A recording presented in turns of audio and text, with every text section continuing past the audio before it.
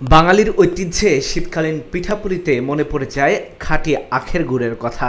কালের পরিক্রমায় দিন দিন হারিয়ে যেতে বসেছে আখ চাষ।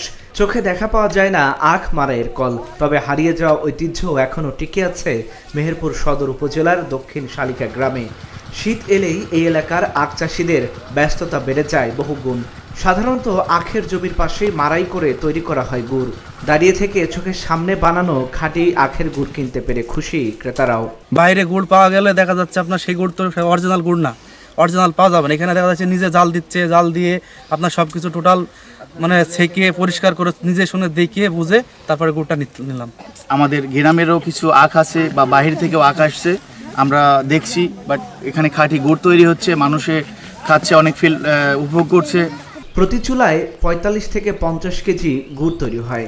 চুল্লিতে ক্রমাগত জাল দেওয়ার ফলে ধীরে ধীরে রসের রং লালচে হয়। এ সময় ঘন লালচে রস চুলা থেকে নামিয়ে রাখা হয় মাটির পাত্রে। সেখানে এক কারিগর গুড়ে দানা বাঁধার জন্য বিশেষ প্রক্রিয়ায় লাঠি দিয়ে পাত্রের চারপাশ ঘষতে থাকেন। পরে ৮ থেকে ১০ ঘন্টা পাত্রে রেখে দিলে জমাট বেঁধে তৈরি হয় খাঁটি গুড়। ৭১ সময় আমার ১৩ বছর বয়স ছিল। আমার আব্বা কাজ জানতো, তার সঙ্গে আমি এটা শিখার পরে আমি কাজ ৭১ পরে বড় হওয়ার পরে আমি কাজ শিখে কাজ করে বেড়াচ্ছি। পাকিস্তানের অনলাইনে আমার আব্বা সমস্ত গুড়ের কাজ বাজ করতেন, বুঝলেন। তেনার হাত ধরে আমি এসব কাজ শিখেছিলাম, দিয়ে কাজ করলাম, দিয়ে কাজ করতে করতে এসব মাঝে আখ পাখ সব উঠে গেল, দেশে উঠে গেল। যেসব কাজ ছেড়ে ছড়িয়ে দিই বসছিলাম, চাষাবাদ করছিলাম, ব্যবসা বাজ করছিলাম। এখন আমার দেশে আখ এসেছে, এই আখ নিয়ে ওরা শুনছে না, কাজ বাজ সব করে দিতেছি, বুঝছেন। ৭ মন ৮ মন করি, রাজি দিনে ২৪ ঘন্টা আমি গুড় জ্বালাই করলাম, ৮ ঘন্টা করে। প্রায় ১০ বছর আগে পূর্বপুরুষরা গুড় তৈরির কাজ ছেড়ে দিলেও খাঁটি ও নির্ভেজাল গুড় তৈরির পরিকল্পনা করে সফল হয়েছেন এই এলাকার খোকন মিয়া সহ অন্যান্য উদ্যোক্তারা। আমার ছেলে ওই গুড় ভাঙাইতে গিয়ে ওরা খবর দিলি, বললো মিল আমরা বেশ থাকবো, আমাদের লস হয়েছে। আমার ছেলে আবার মিল কিনে আসলো, এসে আরবার থেকে চালু করেছে, করে ওই বেসন পেয়েছিল আর ওই করলো।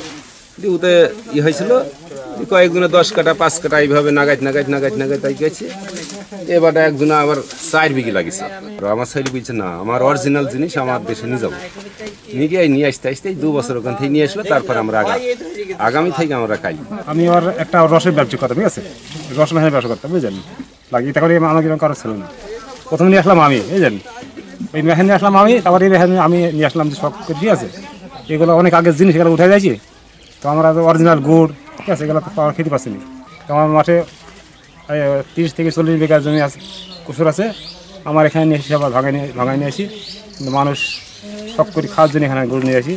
অনেক তাদের সুস্বাদু গুড়, অরিজিনাল গুড়। কিন্তু এরকম তো অরিজিনাল জিনিস সব জায়গায় আসে না।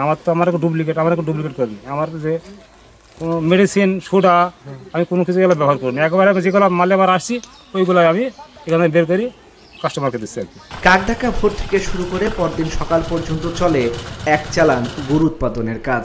প্রতি চালানে প্রায় 10 মণ আখের গুড় তৈরি করেন কারিগররা। Dhaka journal news desk.